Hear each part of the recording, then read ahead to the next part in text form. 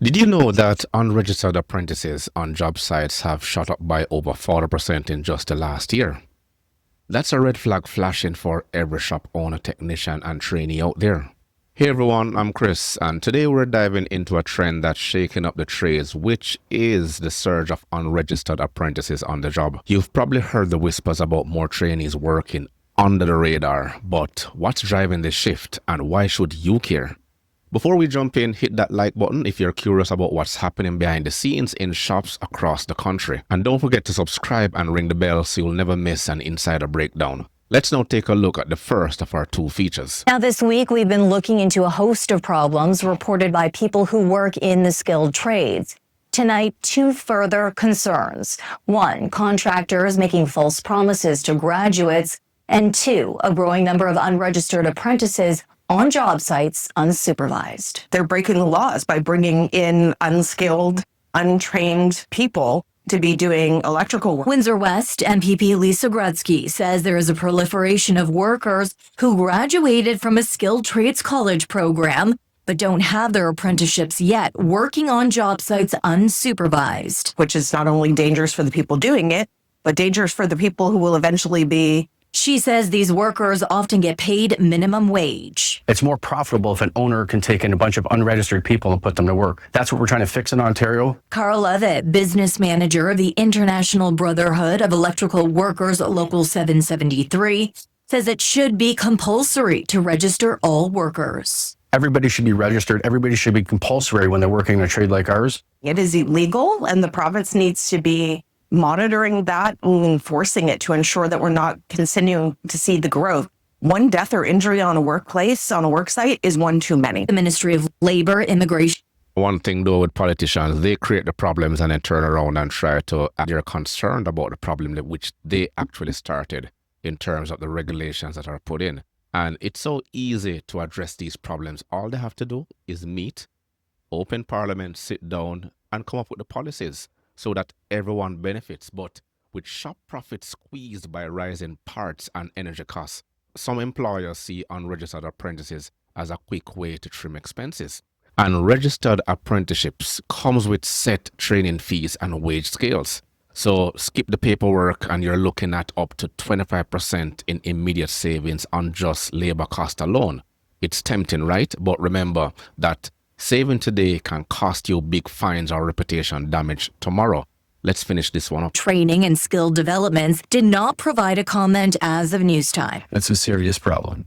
Master electrician and small business owner Jeff KU says not only are graduates not being paid appropriately, their work hours aren't being accounted for. I had an apprentice start with me a few years back that worked in the industry for another contractor and worked for 2 years doing this stuff and never got registered. That's 2 years of experience that now he doesn't get credit for. So now he's starting at square one. Gretzky admits this is not an overnight fix, but that the government must make it a priority. See? KU says it's great the government has acknowledged the shortage of skilled trade workers. We're going to throw money at it to fix the problem.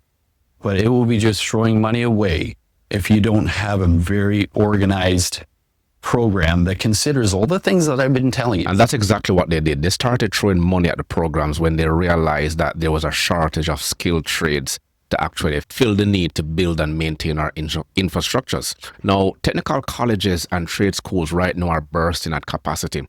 Waiting lists for full-time apprenticeships programs can stretch for months, even over a year in some regions.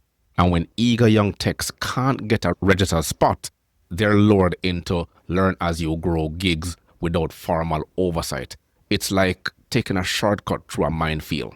In the auto industry, the rapid shift towards electric and hybrid vehicles has created a vacuum for specialized skills. Registered programs are still updating curricula to cover high-voltage systems while shops need new talents now. Let's take a look at our second one. Too many kids get starry-eyed that they're going to get $50 an hour. They go to the college, do this course, and they're met with a wall. Jeff KU is a master electrician, licensed electrical contractor, small business owner, and former part-time teacher at St. Clair College. They're perfectly hireable, ready to go. That's what students like Emma thought. There was so much media attention that so much money was going into it. So She graduated from the Electrical Techniques program at St. Clair College in 2023. I'm going to be able to find a job, but no such luck yet. It's a success for the college, but the kids now have to cold call. Cold calling contractors hoping to get registered as an apprentice to complete the mandatory 9,000 hours required to get licensed. The first thing I ask is, why do you want to become an electrician? And if they say because of the money, it's almost an X. St. Clair College officials say they have increased the student intake in the Electrical Techniques program in recent years to align with student demand, and the demand coincides with the provincial government's desire to get more people into skilled trades. In a written statement, they say the institution has no control over external factors, such as the economy, market conditions, and government regulation, which all play a part in driving the job market. KU explains hiring an apprentice comes with a cost burden to any company. Now I'm paying you so I can teach you. I'm no longer productive, so I've lost productivity, so I've lost money. He says there is no incentive. Nobody wants to take the blame. They're all pointing fingers because look at it this way. Employers sometimes gamble on the job training to fill the gap fast, and by bypassing the accreditation that ensures safety protocols are followed to the letter, that's basically what they do. In many jurisdictions, penalties for hiring unregistered apprentices are minimal, and enforcement teams are understaffed. So when the risk of getting caught is low, bad actors see less reason to actually comply. And that's a serious warning sign. The lack of teeth in the system isn't just hurting trainees, it undermines standards across the entire board. Word of mouth among up and coming techs often emphasizes real world hours over the classroom times. And trainees hear about shops that pay per repair and promise hands-on experience, so they jump on board without checking the registration status. On one hand, hands-on time is gold, but without formal structure, those hours might not translate into the core competencies you need for a long-term career. Then you have rising living costs make it harder for young workers to commit to a lower apprenticeship wage while studying. Unregistered roles sometimes they offer higher take-home pay under the table, making them seem more attractive. Let's finish up this one. For companies to take on apprentices, and when they do, the new hire doesn't always stay. Is this person committed? Am I willing to take a chance on this person, lose money for them to walk away? Why would somebody want to do this? Like me, I hope they're doing it because they realize that the only way there's going to be more tradespeople is if you go through this. We always want the best of the best, and if you're the best, we want you. This year, 506 people applied to the local International Brotherhood of Electrical Workers for their apprenticeship program. 34 were selected. If you really want to be an electrician, you got to work like an electrician. You got to be able to do the tough work. And that's exactly what Alex Horkey and Sean Manicombe did. I worked for a year for the union as a laborer. They're giving me a shot. I had to prove myself. I was a truck driver for about 4 years, and I was super grateful. It took me 4 applications. Stephanie Mazzotti, CTV News. It's actually one video, and they split them into two, and then had 2 different titles to show basically they didn't want to throw all the information out there at once. So at one of the dealerships I worked at, there were a lot of apprentices, and one stood out because he left while at the end of his apprenticeship program, which is about 2 years. And this guy was already married with 2 young kids, although he was just 22 years old. And you're in a new country, the cost of living is higher, so he had to be earning way more to support himself and his family.